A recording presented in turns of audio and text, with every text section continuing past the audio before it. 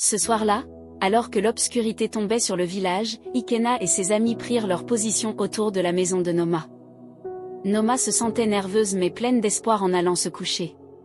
La nuit était calme et le village reposait paisiblement sous le ciel étoilé, avec seulement les doux sons de la nature et les regards vigilants de ses amis gardant les secrets de la nuit. Dans ce village, il y avait toujours un festival annuel. Ce festival était un moment de joie et de célébration, un moment où toutes les préoccupations étaient mises de côté au profit de la musique, de la danse et du bonheur collectif. Cette année, le festival arriva au milieu des rumeurs et des murmures sur Noma, lui offrant une pause bien méritée du stress qui assombrissait ses journées. Lorsque Noma entra sur la place animée du village, elle sentit l'énergie vibrante du festival l'envahir. Des banderoles colorées flottaient au vent et l'air était rempli des parfums de viande grillée épicée, de beignets sucrés et de fruits frais. Des musiciens jouaient des airs joyeux sur des tambours et des flûtes, et des danseurs tournaient et sautaient avec un enthousiasme sans bornes. Ikena trouva Noma parmi la foule et lui sourit largement. « Noma, viens oublier tes soucis pour un jour. Profitons ensemble du festival. » Reconnaissante, Noma prit la main tendue d'Ikena, se laissant emporter par la joie du moment. Ensemble, ils goûtèrent à différents mets, riant en se disputant pour savoir qui pourrait manger le piment le plus épicé sans atteindre l'eau. Ils regardèrent les enfants courir en jouant avec des banderoles et des masques faits maison, et ils applaudirent au rythme des tambours. Au fur et à mesure que la soirée avançait, un groupe local monta sur scène au centre de la place. La musique changea de rythme pour devenir plus entraînante et Ikena tira Noma vers la piste de danse. « Allez, Noma, il est temps de danser », l'encouragea-t-il. Avec un rire timide, Noma se laissa entraîner dans la danse, ses pieds bougeant au rythme des battements joyeux, ses soucis temporairement oubliés. Entourée de ses concitoyens, tous perdus dans leur propre plaisir du festival, Noma sentit son esprit se lever. La piste de danse était un tourbillon de couleurs et de rires, et pendant quelques heures, il sembla que tout le village était uni dans la célébration. Alors qu'ils dansaient, Ama et Chic les rejoignirent, offrant tous deux à Noma des sourires chaleureux et des signes d'amitié. « Tu vois, la vie a encore des joies », cria Ama par-dessus la musique, ses yeux pétillants de plaisir. Le festival continua tard dans la nuit, avec des lanternes éclairant la place et des étoiles scintillant au-dessus. Pour la première fois depuis des semaines, Noma se sentit légère et insouciante. La musique, la compagnie et l'atmosphère festive firent des merveilles, apaisant son cœur et clarifiant son esprit. Lorsque la nuit se termina enfin et que la dernière chanson fut jouée, Noma se sentit rajeunie en rentrant chez elle sous le ciel étoilé, accompagnée d'Ikena et de ses amis. Elle se sentit plus confiante et optimiste quant à la perspective de relever les défis à venir. Le festival lui avait non seulement offert un répit, mais lui avait également rappelé le soutien et l'amour de ses amis et les joies simples de la vie qu'aucun mystère ne pouvait éclipser. Alors que la foule du festival commençait à se dissiper et que les lanternes se balançaient doucement dans la brise nocturne, Noma décida de faire une promenade tranquille autour des bords de la place du village pour rassembler ses pensées et profiter de la nuit paisible. Le bruit joyeux du festival était maintenant un doux murmure en arrière-plan, remplacé par les sons sereins de la soirée. Noma se dirigea vers une petite zone isolée près des abords du village, un endroit connu pour sa belle vue sur les étoiles.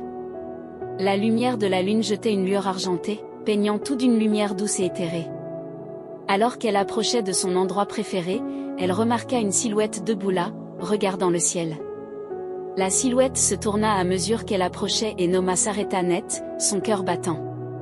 C'était un homme qu'elle reconnaissait mais à qui elle n'avait jamais beaucoup parlé, Monsieur Okafo, un aîné respecté pour sa sagesse et sa gentillesse. « Monsieur Okafo » demanda Noma hésitante, sa voix à peine audible. « Ah, Noma, dit-il, sa voix chaleureuse et douce. J'espérais te parler ce soir sous les étoiles. » Noma ressentit un mélange de curiosité et de nervosité. « Moi? Pourquoi vouliez-vous me voir, monsieur ?» Monsieur Okafo sourit doucement en s'approchant. « J'ai entendu parler des problèmes que les cadeaux t'ont causés et je pense qu'il est temps que je t'explique. Tu vois, c'est moi qui ai laissé ces cadeaux pour toi. » Noma fut stupéfaite. « Vous? Mais pourquoi? Je connaissais bien tes parents, commença Monsieur Okafo, ses yeux reflétant la lumière de la lune. Ils étaient de chers amis. Quand ils sont décédés, j'ai promis de veiller sur toi à distance. Je voulais m'assurer que tu te sentais aimé même si je ne pouvais pas le faire ouvertement. Mais la discrétion, murmura Noma, essayant de traiter cette révélation. Monsieur Okafo hocha la tête. Je ne voulais pas causer de remous ou déclencher des commérages en te donnant ces cadeaux ouvertement. Peut-être ai-je eu tort de le cacher. Pour cela, je suis vraiment désolée si je t'ai causé du chagrin. Noma ressentit une vague d'émotions, surprise, soulagement, mais surtout gratitude. Merci, monsieur Okafo. J'ai toujours apprécié les cadeaux, même s'ils ont apporté des défis inattendus. Marchons ensemble, suggéra monsieur Okafo en lui tendant son bras. Si tu es d'accord, nous pourrons dire la vérité aux autres. Cela pourrait mettre fin à tous les commérages. En marchant vers les lumières du festival qui s'estompaient, Noma sentit un poids se lever de ses épaules. Le mystère qui la troublait, elle et le village, était enfin résolu, et la vérité était bien plus tendre et touchante qu'elle ne l'aurait imaginé. Sous les étoiles, avec un aîné de confiance à ses côtés, Noma réalisa que le village était son chez-soi, rempli de liens invisibles de soins et de souvenirs. Maintenant que tout était à découvert, elle pouvait vraiment commencer à aller de l'avant, libérée des murmures et des ombres. Après avoir quitté le festival, Noma et monsieur Okafo marchèrent ensemble jusqu'à la rivière qui coulait doucement aux abords du village. Le doux murmure de l'eau offrait un cadre serein, parfait pour continuer leur conversation importante. Le clair de lune scintillait à la surface de la rivière, projetant des reflets miroitants qui dansaient avec chaque petite vaguelette. Ils trouvèrent un banc près du bord de l'eau, un endroit assez isolé pour assurer leur intimité. Noma, son esprit encore ébranlé par les révélations, se tourna vers M. Okafo avec un mélange de curiosité et de respect. Monsieur Okafo, commença-t-elle, sa voix douce mais sincère, puis-je vous demander pourquoi vous avez choisi de m'aider de manière si secrète, et pourquoi avez-vous décidé de vous révéler seulement maintenant? Monsieur Okafo regarda la rivière, observant la lumière jouer sur l'eau avant de répondre. Noma, tes parents m'étaient très chers. Ton père et moi étions comme des frères et je lui ai promis il y a longtemps que je veillerais sur sa famille si quelque chose devait lui arriver. Après leur disparition, j'ai veillé sur toi de loin, m'assurant que tu ne manquais de rien. Il fit une pause, sa voix chargée d'émotion. Quant à la discrétion, je craignais que de l'aide ouverte puisse attirer une attention indésirable ou influencer ta vie. Je voulais que tu grandisses forte et indépendante sans le fardeau des obligations ou le poids des regards publics. Noma hocha la tête, comprenant l'équilibre délicat qu'il avait essayé de maintenir. Et le timing, demanda-t-elle. Le timing, monsieur Okafo, était une erreur de ma part. J'ai sous-estimé la réaction du village, et pour cela je suis désolée. Je pensais qu'il était temps d'apporter un peu de joie supplémentaire dans ta vie, mais je vois maintenant que j'aurais dû aborder cela différemment. Noma posa sa main sur celle de monsieur Okafo. Je suis reconnaissante pour votre gentillesse et votre respect pour la mémoire de mes parents. Savoir cela m'a apporté une nouvelle paix. Comment pouvons-nous aborder les préoccupations du village? Monsieur Okafo sourit face à sa maturité et sa réflexion. Je pense que le meilleur moyen est d'être ouvert à ce sujet maintenant. Demain, nous pourrons aller ensemble voir les aînés du village et tout expliquer avec transparence. Nous pourrons peut-être dissiper les doutes et restaurer ta réputation. Noma ressentit un profond soulagement. Le mystère qui avait tant assombri sa vie était résolu et la résolution apportait non seulement des explications, mais aussi un lien plus profond avec son passé et avec monsieur Okafo. Ils restèrent ensemble un moment de plus, regardant la rivière couler paisiblement. Le bruit de la nuit du village se faisait doucement entendre au loin, un rappel de la vie qui s'écoulait autour et en eux. Noma se sentait fortifiée par la vérité, prête à affronter ce qui allait venir avec un cœur clair et le soutien d'un nouveau gardien. Alors qu'ils retournaient au village, la lune au-dessus semblait bénir leur chemin, sa lumière les guidant vers la maison. Le lendemain matin, alors que le village se réveillait sous un ciel clair, Noma se prépara à affronter les aînés du village avec monsieur Okafo. Cependant, avant qu'il ne puisse partir, son oncle arriva sur le seuil de sa porte, son expression orageuse. Noma, appela-t-il sévèrement en entrant dans sa maison sans attendre d'invitation, sa voix chargée de colère et de déception. J'ai entendu d'un voisin que tu as été vu tard hier soir en train de parler en secret avec monsieur Okafo près de la rivière. De quoi s'agit-il?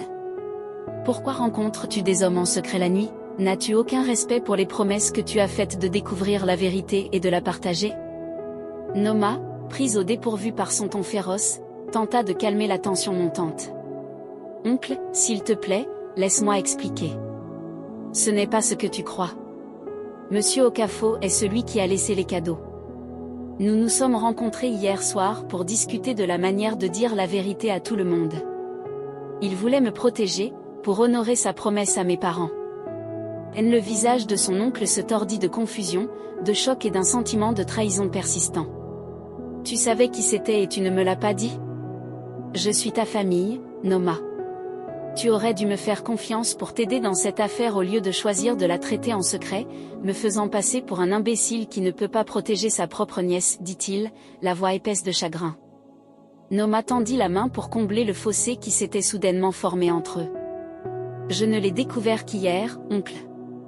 Je comptais te le dire ce matin avec Monsieur Okafor devant les aînés. Je voulais gérer cela correctement et clarifier tout malentendu. Son oncle, cependant, était lent à accepter cette explication.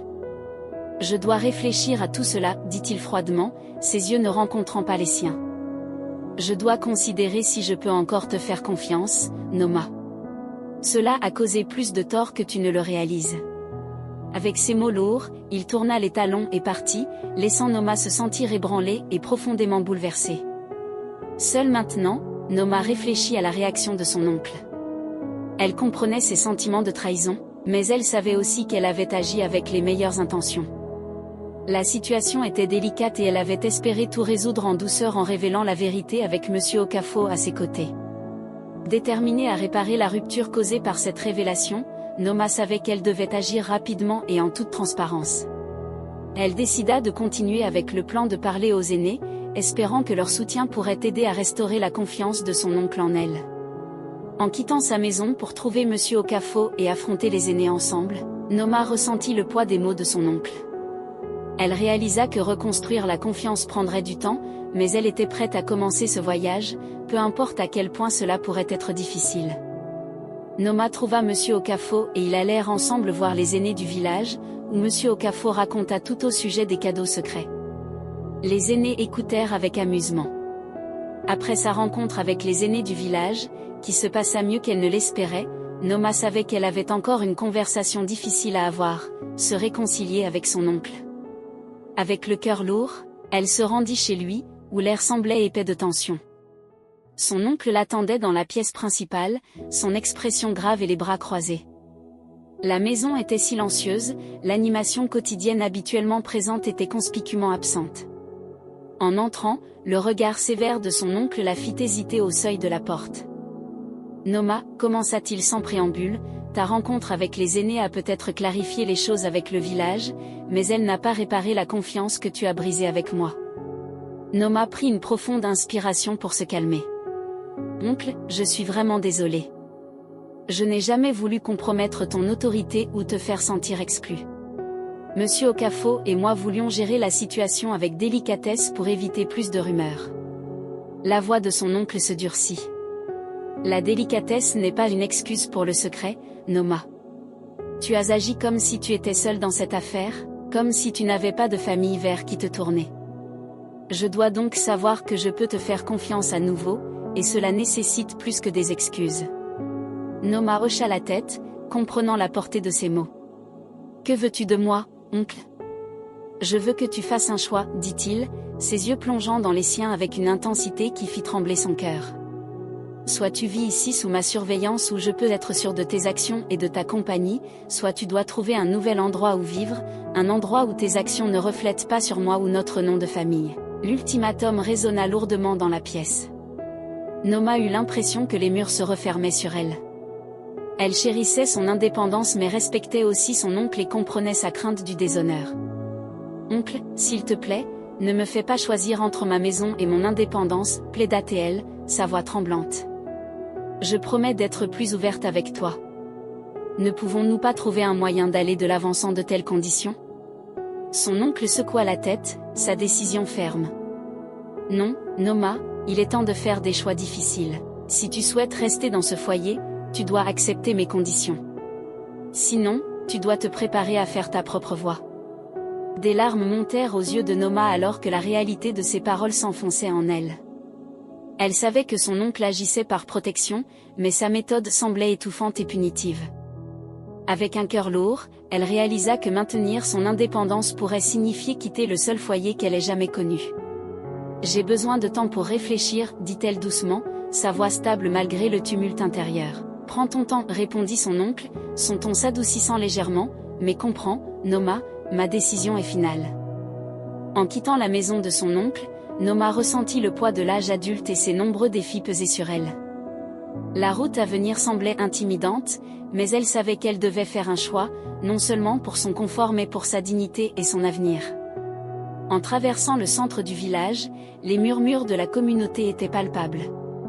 Ces conflits récents et l'ultimatum de son oncle n'étaient pas passés inaperçus et des murmures la suivaient comme des ombres. Ressentant le poids de chaque regard, Noma baissa la tête, ses pensées tourbillonnant d'anxiété et d'incertitude. Cependant, au milieu de la foule chuchotante, Ikena s'avança, sa présence comme un phare. Il s'approcha de Noma avec une expression résolue, clairement déterminé à faire une déclaration publique. « Ikena, que fais-tu » murmura-t-elle, appréhensive à l'idée d'attirer davantage d'attention. Ikena lui sourit d'un air rassurant et éleva la voix pour que tout le monde sur la place du village puisse entendre. « Concitoyens, commença-t-il, son ton ferme et captivant l'attention, je me tiens ici aujourd'hui en plein soutien à Noma. Elle a été honnête et transparente au sujet des cadeaux qu'elle a reçus, qui étaient destinés à lui faire du bien par Monsieur Okafo, un aîné respecté. » La foule murmura, certains hochant la tête en accord, tandis que d'autres restaient sceptiques.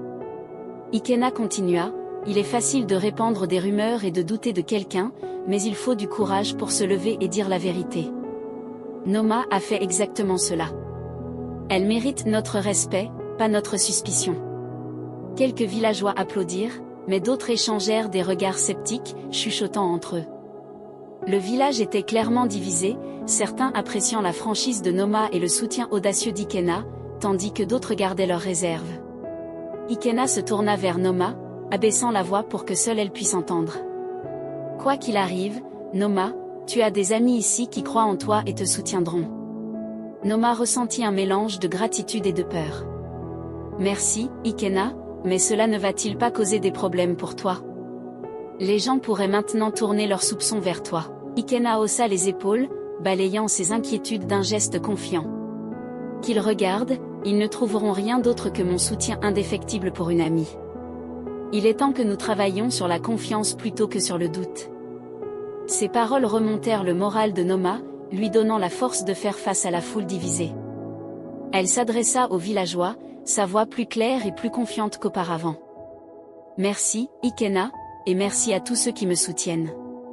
À ceux qui doutent encore, j'espère qu'avec le temps, vous verrez la vérité telle qu'elle est. » Alors que la foule se dispersait, les réactions variaient. Certains villageois approchèrent Noma et Ikena pour exprimer leur soutien et leur compréhension, tandis que d'autres partirent en murmurant, leurs soupçons toujours intacts. La division était claire, mais le cercle de soutien autour de Noma l'était aussi, ancré par l'amitié indéfectible d'Ikena. Cette approbation publique marqua un moment significatif dans le village, remodelant les relations et les perceptions. Pour Noma, c'était à la fois un défi et une réassurance qu'elle n'était pas seule dans son parcours, quels que soient les choix qu'elle aurait à faire à l'avenir. Alors que le village s'enfonçait dans une nuit agitée, Noma se retrouva à emballer ses maigres affaires sous la lumière tamisée d'une lanterne. La décision avait été déchirante, mais la résolution dans son cœur était claire, elle ne pouvait plus rester dans le village sous les conditions imposées par son oncle. Il était temps de recommencer, aussi intimidant que cela puisse être. Ikena avait accepté de l'aider à partir. Il comprenait que pour que Noma trouve réellement la paix et peut-être un jour revenir, elle avait besoin de la liberté de grandir au-delà des limites et des jugements du village. « Ikena, es-tu sûr de cela ?» demanda Noma alors qu'il entrait discrètement dans sa petite maison, son expression sérieuse mais résolue.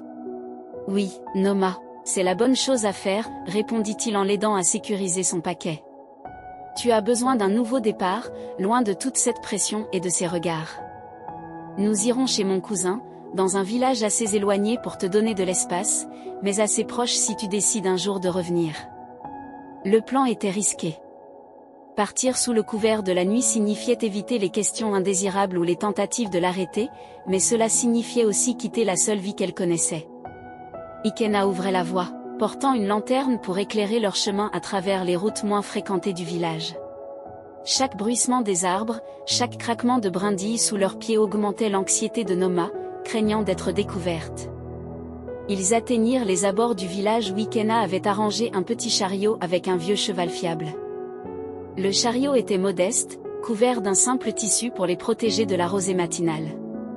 Alors qu'il chargeait les affaires de Noma, Ikena la regarda, ses yeux s'adoucissant. « Noma, une fois que nous partirons, les choses changeront. Tu seras libre de construire quelque chose de nouveau. Souviens-toi, peu importe la distance que tu parcourras, tu auras toujours un ami en moi. » Noma ressentit un élan de gratitude mêlé de tristesse. « Merci, Ikena, pour tout. Je ne sais pas comment te remercier pour tout cela. » « Il n'y a pas de dette entre amis, répondit Ikena avec un sourire rassurant. « Promets-moi simplement de prendre soin de toi. » Et cela conclut la deuxième partie de l'histoire de Noma.